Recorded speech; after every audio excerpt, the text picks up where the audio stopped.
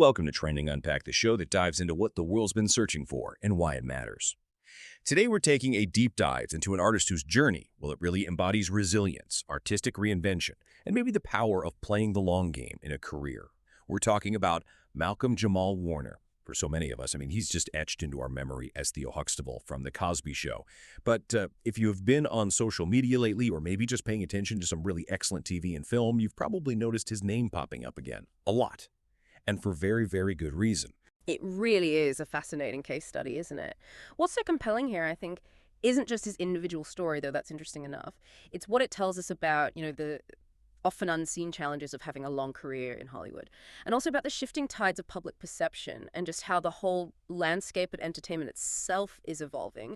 We'll be looking at how he navigated that intense, almost overwhelming spotlight of early fame, the persistent challenges of typecasting that come with that, and how he's not just resurfaced, he's truly thrived. He's built this respected and incredibly diverse resume across multiple creative fields. It's quite something. Yeah, absolutely. So our mission today is really to unpack that whole trajectory from, like you said, teen idol to serious dramatic actor to Grammy-nominated musician, respected poet, and even an accomplished director. A lot to cover. We'll explore the recent online buzz, the discourse surrounding his evolution, and what his current resurgence tells us about, well, maybe our cultural appreciation for authenticity, the value of quiet persistence, and just the undeniable power of talent that lasts. Okay, so let's unpack this properly. For anyone who grew up in the 80s and 90s, Malcolm-Jamal Warner was Theo Huxtable.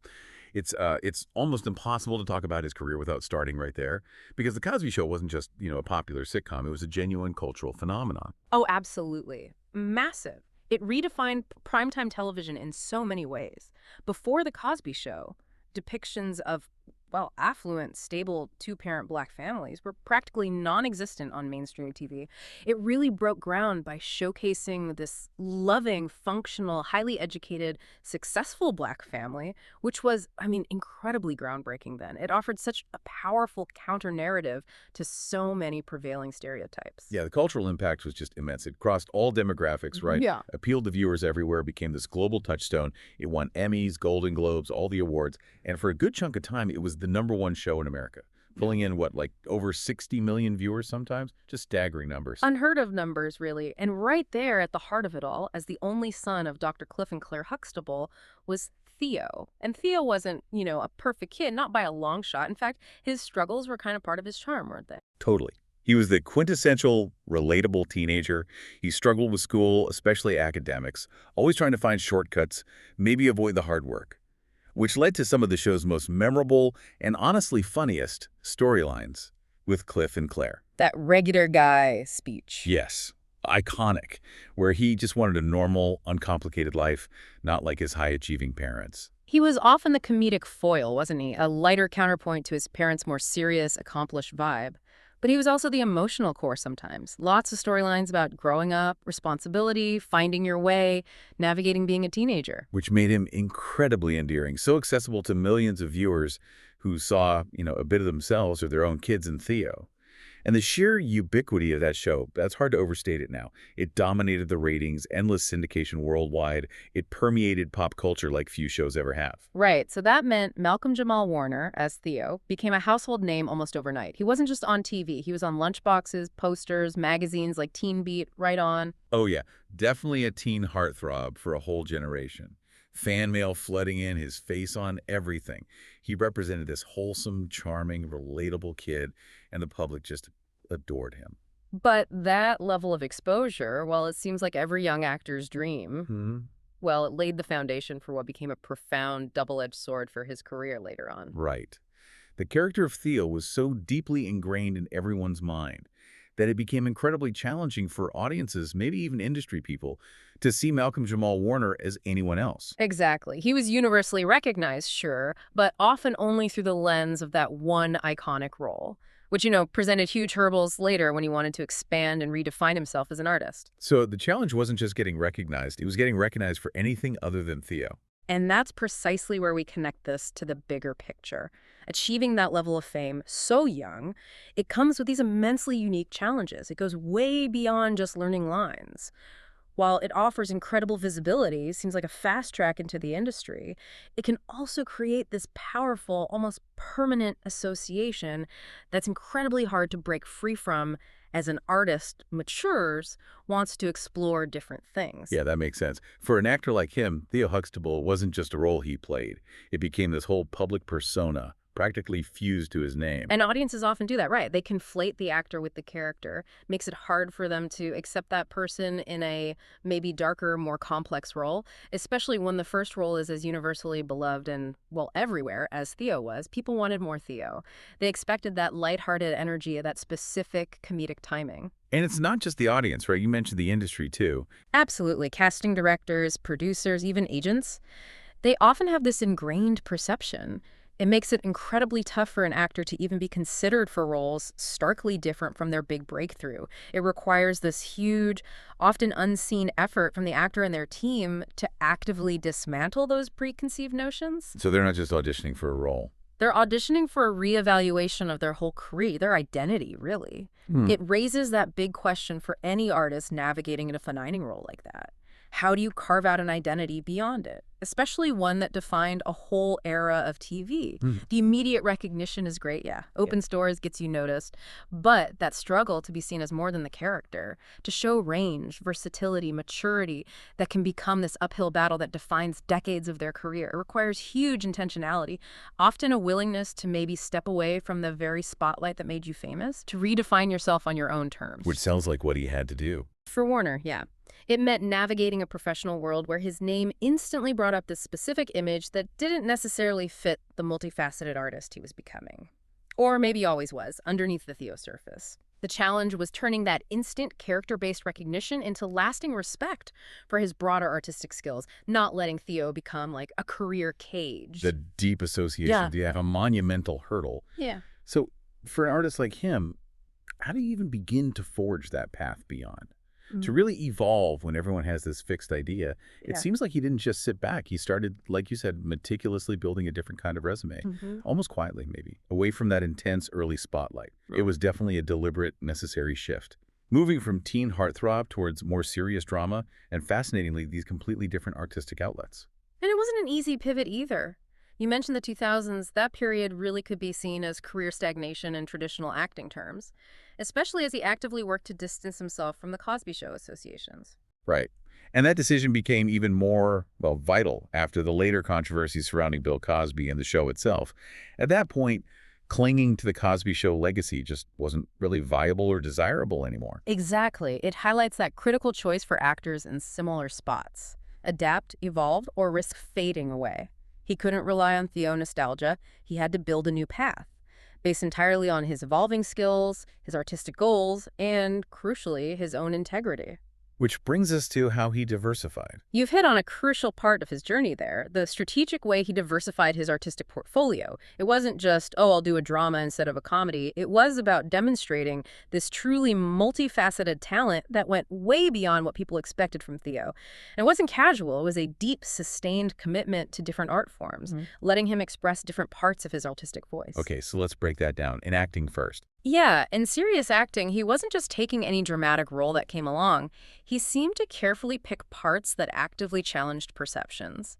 We saw him in various TV dramas, procedurals, often guest or recurring roles that were starkly different from anything in the Huxtable house. Like Suits. I remember him in that. Right, Suits. He played Eric Gibbs, a pretty complex, morally ambiguous character.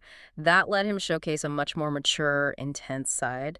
He also did independent films and dedicated himself to stage work, which is, a real test of an actor's craft, laid bare. No safety net there. None. These roles were often gritty, challenging, far removed from Theo's lighthearted vibe, showcasing a dramatic range people hadn't really associated with him. He was proving he could handle gravitas, nuanced emotion, roles with real dramatic weight, basically broadening and deepening his acting toolkit, actively showing, through his choices, I can do much more. But then there's the whole other side, the music and poetry, which maybe fewer people knew about back then. Exactly. And perhaps even more intriguing and less widely known is his significant presence in the music scene.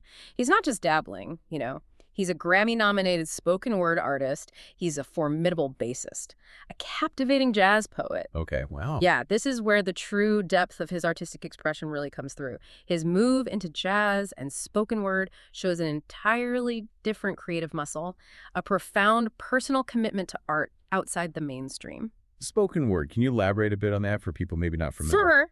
It's a really powerful performance art. Poetry delivered with this unique blend of rhythm, theatricality, and often deep personal narrative. Usually with musical accompaniment, it's intimate, raw, demands vulnerability and genuine insight. A world away from sitcoms. And you got a Grammy nomination for that. Several, actually.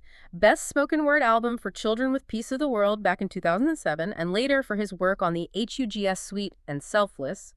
That's not just an award nod. It's powerful validation of his artistry outside of acting. Critical acclaim for his own voice. And the bass playing? Jazz. Yeah, as a bassist, he's really immersed himself in that collaborative, improvisational world of jazz, performing with different groups, releasing his own albums like The Groove. It's an environment built on listening, reacting, creating spontaneously. Very different from a scripted TV set. So these musical ventures, the jazz poetry, it let him speak more directly. I think so. It allowed him to channel his own voice, his perspective directly. Something acting, by nature, often filters through a character. He could explore themes important to him, identity, race, society, personal growth, without that filter. So speculating a bit, these non-acting things, they were maybe a creative lifeline during leaner acting years. That seems plausible. They might have provided a vital creative, maybe even emotional outlet when acting opportunities felt constrained, typecast, or just less fulfilling because of the Theo shadow.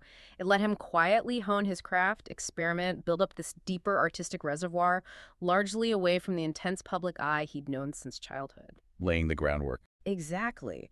This period of quiet, dedicated work in music, poetry, more selective drama, it was in many ways setting the stage for the resurgence we're seeing now, building a foundation of undeniable, multifaceted talent and authentic self-expression that would eventually break through. It gave him a deeper well to draw from, making his confident return to the forefront not just a comeback, but like a genuine reintroduction of this fully matured, multifaceted, and remarkably skilled artist. It really is incredible how much foundational work he was doing sort of under the radar, which leads us perfectly to right now, because here's where it gets really interesting. After all those years of consistent, quality, maybe sometimes understated work, it truly feels like 2024 and 2025 are pivotal years for him. His presence is undeniable now. He seems to be everywhere.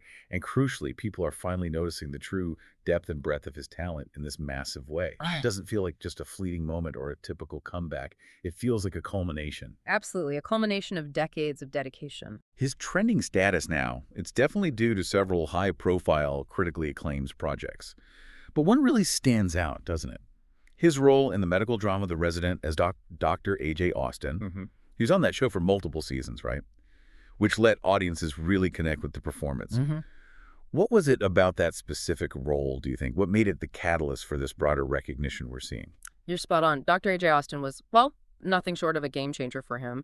And I think it resonated so strongly because the role let him showcase an entirely different, much deeper side of his acting. Profound depth and undeniable gravitas. Dr. Austin, the Raptor, right? His nickname because of his aggressive but brilliant surgical style. He was incredibly complex. Arrogant but brilliant. Yeah. Exactly. Immensely talented, fiercely loyal, but also deeply vulnerable, prone to these powerful emotional moments. Warner just infused him with so many layers. Humanity, wit, emotional intensity, stuff audiences just hadn't seen from him before. Definitely not Theo Huxtable's charming awkwardness. Not at all. This was a man burdened by immense responsibility, navigating this demanding, high-stakes job, grappling with deep personal emotional arcs. The role demanded intense dramatic scenes, that rapid-fire intellectual sparring in the OR, a huge emotional range, life-or-death stuff, profound ethical dilemmas. He really commanded the screen in that role. Totally. His portrayal contrasted so sharply with his earlier work. Not just the genre, but the sheer weight and maturity he brought. He wasn't playing a kid learning about life. He was playing a master of his craft, wrestling with its moral complexities and his own demons. Remember the storylines about his adoptive parents, mentoring younger residents, the challenging romantic entanglements. And there was that powerful storyline where his character faced a major health crisis, confronting his own mortality. Warner delivered those scenes with such raw honesty. Viewers couldn't help but be captivated. It let him fully demonstrate his seasoned acting chops, proving decisively he could handle that powerful, serious capacity. And doing it over multiple seasons let audiences slowly shed those old Theo notions and see him as this formidable dramatic actor. And beyond The Resident, there have been other key projects recently too, right? Yeah, definitely. His recent appearances have solidified this resurgence. He had that compelling, intense role in the anthology series Accused. Oh, right, where each episode focuses on the defendant. Exactly. His episode, Brenda's Story, saw him deliver this really nuanced performance as a complex guy caught in a tough legal and moral spot. It let him dive into gritty, thought-provoking stuff, demanding a different kind of emotional intensity. And then, showing his range again, he lent his distinctive voice to the animated film The Magician's Elephant. Which is a nice contrast. Totally. Shows versatility across mediums, audiences. It keeps him visible, consistently showcasing his range beyond just one type of dramatic character. Proves his adaptability. But you mentioned it's not just the acting roles driving this. No, and that's crucial. It also encompasses his recent interviews, public appearances, even TED-style talks. He's thoughtfully discussing identity, race, aging in Hollywood, his own journey. These public conversations have significantly boosted his public re-engagement and this newfound level of respect. He comes across as very thoughtful when he speaks. Incredibly thoughtful, articulate, deeply introspective. He doesn't shy away from the challenges, the perceptions he had to overcome. His unique perspective as someone who literally grew up in the public eye, navigated the industry for decades as a Black man. He's talked candidly about, being seen as Theo for so long, then having to pivot sharply after the Cosby Show issues, but doing it through his craft on his own terms. That level of candor resonates Deeply. That wisdom, that self-awareness, it garners a new level of respect, a different kind of visibility. He's not just a performer, he's become this respected commentator on the industry itself, which further establishes his credibility beyond his characters. So connecting this to the bigger picture, it Right. feels like a tipping point. Exactly. His sustained quality of work across different platforms, plus his willingness to share his journey thoughtfully, it's finally reached this tipping point, amplifying his reach exponentially. It's not a sudden comeback like someone reappearing out of nowhere. It's the public finally recognizing this deliberate long-game career strategy. One that prioritizes craft and authenticity. Precisely, over fleeting fame. It profoundly underscores the value of persistence, of continuously honing your craft, of being authentic in a notoriously fickle industry. He didn't chase trends or quick money. He pursued substantive work, artistic integrity, patiently waiting for the industry and the audience to catch up to the artist he'd become. And his commentary and interviews definitely helps that, especially with newer audiences maybe finding him online. Absolutely. That thoughtful commentary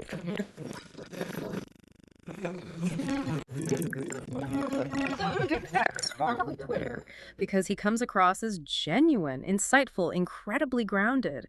He connects on a deeper level than just his characters. He's really a powerful testament to the idea that true talent and unwavering dedication, given enough time, will ultimately be recognized and celebrated. That's a powerful statement, and it really sets the stage for this next piece, how it's all playing out digitally, because this is where the trending aspect really comes alive. It's fascinating to watch. Social media, especially TikTok and YouTube, seems like a major engine behind his current moment. You've got this whole new generation discovering him, maybe not even fully aware of the Cosby Show past, or only vaguely. And older fans are seeing him in this completely new light. Yeah. Like a reintroduction. Yeah, it's like a collective digital unpacking of his journey happening in real time. And the online talk around him, it specifically focuses on how he navigated that huge Cosby Show shadow and, crucially, how he carved out this identity and legacy beyond it. You see those hashtags everywhere, right? Hashtag Malcolm-Jamal Warner, hashtag The Raptor, hashtag Theo Huxtable Glow Up on TikTok. And these edits are often expertly done. They juxtapose his past and present so effectively. Right.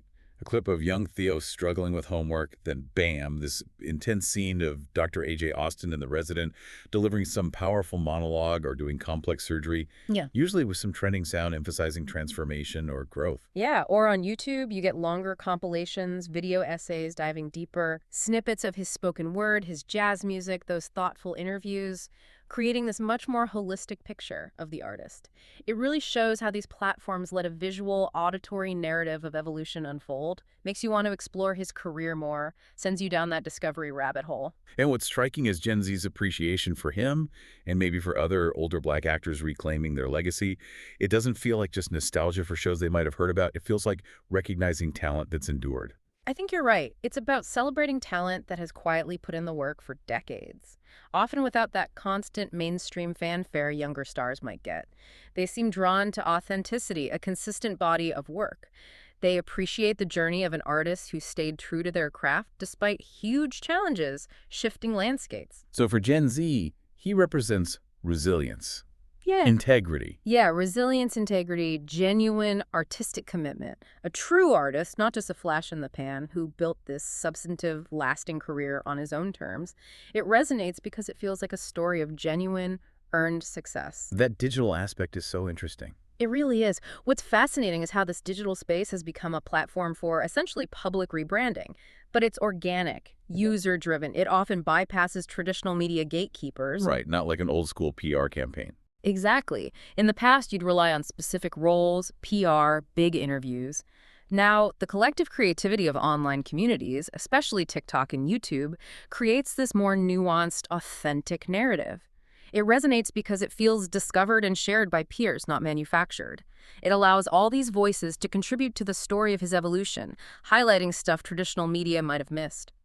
It's a powerful case study in how public perception can shift, sometimes really fast, when the right content gets amplified by a passionate audience. It fosters a reevaluation based on current work and past dedication. Precisely, rather than just the most famous, often outdated role. Which brings us back to the Cosby Show context and the idea of redemption and longevity. It does, and without getting into the specifics of those controversies, what's undeniably clear is that Malcolm-Jamal Warner's resilience, his continued artistic output, have let him rebuild his public image strictly on his own merits as an artist. He didn't disappear. He kept working, creating, evolving. That steadfast dedication to his craft, even during quieter times or times of scrutiny, let him definitively separate himself from the show's later shadow. So his work spoke for itself. Absolutely. The sustained quality, his thoughtful, honest commentary, his multifaceted art in music and poetry, it all collectively shows this profound commitment to artistry and a personal integrity that really connects with people. He has, in a very real way, redeemed his public narrative through consistent quality work, proving that talent and perseverance can ultimately transcend external stuff and let an artist be appreciated for who they are, regardless of past associations. Actions and sustained output speak loudest. And his story feels connected to something bigger happening now. Yeah, it connects profoundly to this broader cultural commentary about long careers and what many are calling the Black creative renaissance in Hollywood right now. We're seeing this powerful moment where Black artists, many working diligently for decades, honing their craft, are getting overdue recognition and unprecedented opportunities. Figures like him who've sustained careers through all sorts of industry shifts and challenges. They're at the forefront. His narrative isn't isolated. It's part of this larger, vibrant tapestry of Black artists not just surviving, but thriving, being recognized for their huge contributions across generations and genres. It highlights a big shift in industry awareness and audience appreciation, valuing depth, history, diverse stories, and the sheer talent that's always been there. And finally, that authenticity factor. Why does that seem so key right now? Because in an era saturated with, highly curated online personas, fleeting celebrity, instant gratification, Warner's genuine nature stands out. His willingness to share his journey with deep introspection, his unwavering commitment to his art, acting, music, poetry, it's remarkable. He's not performing in interviews. Exactly. He's presenting himself as a seasoned artist, a thoughtful individual. That authenticity creates this deep, immediate connection with viewers who value sincerity, vulnerability, genuine passion. It shows there's a hunger for realness, for stories of enduring dedication, for figures who embody wisdom gained through experience and persistent effort. He's a living testament to the power of continuous growth and genuine self-reinvention. Malcolm-Jamal Warner's story, it really isn't just about one actor's journey, is it? It feels like a mirror reflecting these bigger questions about identity, the incredible power of resilience, and just the ever-changing, often unpredictable nature of fame. His decades-long path from that ubiquitous teen idol to this respected, critically acclaimed, multifaceted artist in 2024, 2025. It's a powerful, inspiring example of owning your narrative and evolving in the public eye. And it raises an important question for you, our listener. In an age of rapid consumption and fleeting trends where celebrities emerge and fade almost daily, what does Malcolm-Jamal Warner's decades-long journey teach us? What does it teach us about building something enduring, about staying true to your craft even when the spotlight shifts, and maybe about the quiet, often unglamorous power of dedication over those quick bursts of fame? It's a story not just for Hollywood, but maybe for anyone looking to build a lasting legacy in their own field, where perhaps the true value is found in the journey itself, not just the destination.